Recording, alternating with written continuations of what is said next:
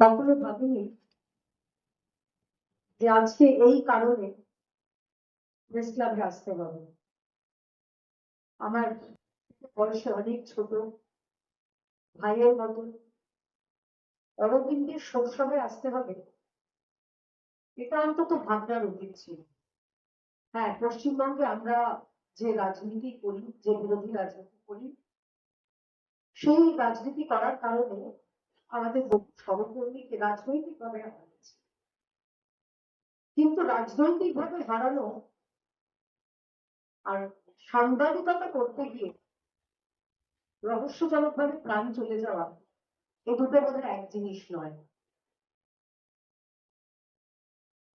আমি এই দর্শক আসনে দেখতে পাচ্ছি বহু অত্যন্ত পরিচিত মুখ, প্রতিবাদী মুখ, যারা এখানে বসে রয়েছে। এবং বাদিক থেকে আমার বোন বিনিতা বদরন্দা রয়েছেন, শ্রদ্ধা মহারাজ রয়েছেন, স্বপন রয়েছে, যে ঐকান্তিক ভাবে সে সবাইকে একজোট করেছে। মানব রয়েছে। আগে মানব যখন জেলবন্দি ছিল সেই সময়, সেই সময় সম্ভবত বিকান্তিকার উপরে একটা হারা ঝুলছিল। অনন্যার তুমিও প্রতিবাদী মুখ। বিষয়টা হচ্ছে দীপঙ্করের আমার আগে যখন বললো, সঠিক কথাই বলেছে। একজন প্রাক্তন সাংবাদিক হিসেবে, সংবাদ মাধ্যমের একজন কর্মী হিসেবে এটা সত্যি লজ্জার যে আমাদের প্রেস ক্লাবটা ভাড়া করে আমাদের অরবিন্দের শোক সভা করতে হয়েছে। আমার মনে হয় কোথাও একটা সময় এসেছে কৌলিক লোক বুঝিয়ে দেওয়ার। আমরা ওরা সময় চলে গেছে। যারা বড় হাউসে কাজ করেন, বড় সাংবাদিক, বহু এরকম মানুষ রয়েছে যারা আমার বন্ধু। আবার যারা পোর্টাল, ইউটিউব বা অন্যান্য সমাজ মাধ্যমে নিজেদের একটা সাংবাদিক হিসেবে, তারাও কিন্তু আমার চোখে কোনো সাংবাদিক নয়। এবং তারাও এই রোদ জল ঝড় উপেক্ষা করে, শাসকের চোখ রাঙানি উপেক্ষা করে, তারাও কিন্তু মাঠে টিকে রয়েছে। তাকে তার চেপে লড়াইটা চালিয়ে যাচ্ছে। লড়াইটা কঠিন, অসম লড়াই, কিন্তু তারাও অন্যায় প্রতিবাদটা করতে পারছে। এটার জন্য অরবিন্দ যে পরলোক পথে চলে গেছে এবং যারা মাঠে ময়দানে লড়াই করছে, আমার সমস্ত সাংবাদিক বন্ধুদের, যারা অগ্রসর, যারা অনুজ, সবাইকে আমার প্রণাম। অরবিন্দ চলে যাওয়ারই যেটা দিগম্বর বলল, সত্যি কথা। ওর চলে যাওয়াতে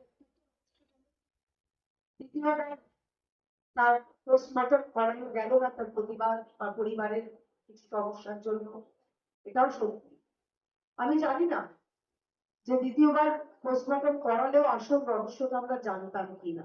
আজকাল তো অনেক রকম জিনিস পাওয়া যায় যেখানে নাকি আনট্রেসেবল, অনেক কিছু পাওয়া যায়। দ্বিতীয় বিষয়টা হলো, মারা হয়ে গেল, আমি ধরেও নিচ্ছি স্বাভাবিক মৃত্যু, অর্থাৎ যেটা বলা হচ্ছে যে তার কার্ডিয়াক অ্যারেস্ট হয়ে তার মৃত্যু হয়েছে। কিন্তু মৃতের যে সম্মান, ন্যূনতম সম্মান, সেটাও অরবিন্দকে দেওয়া হয়নি। এখানেও করা হয়েছে আমরা ওরা। এটা রাজ্যের লজ্জা।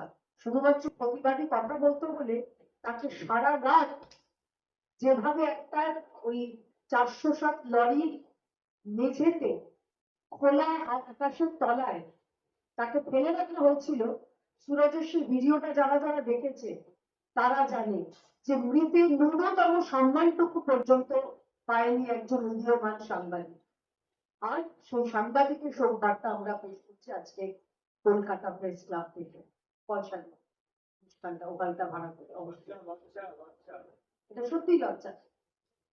দ্বিতীয়বার আমি বলতে চাই যে যদি এই ভাড়াটা, এইটার যে ভাড়াটা প্রেস ক্লাবের, সেটা তোমরা সাংবাদিক হিসেবে দেবে, অরবিন্দর দিদি হিসেবে আমি ওটার মধ্যে কন্ট্রিবিউট করতে।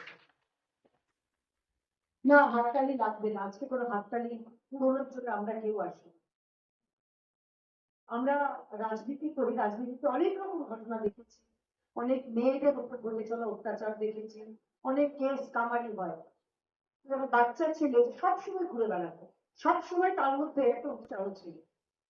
আমি একটা ফেসবুকে পোস্ট করেছিলাম যে অনেক সময় হয়তো দীপান্বিতা ফোন করে, অনন্যারা ফোন করে, মানবের সঙ্গে যে ওর করে, সবসময় আমাদেরও সময় হয় না, হয়তো বলেছি আজকে না পরে দেব, কিন্তু সেই পরেটা যে কোনোদিন হবে না, অন্তত অরবিন্দ আছে আর কোনোদিন পরে আমার ইন্টারভিউ দিতে আসতে পারবে না বা ফোন করে বলতে পারবে না এটা।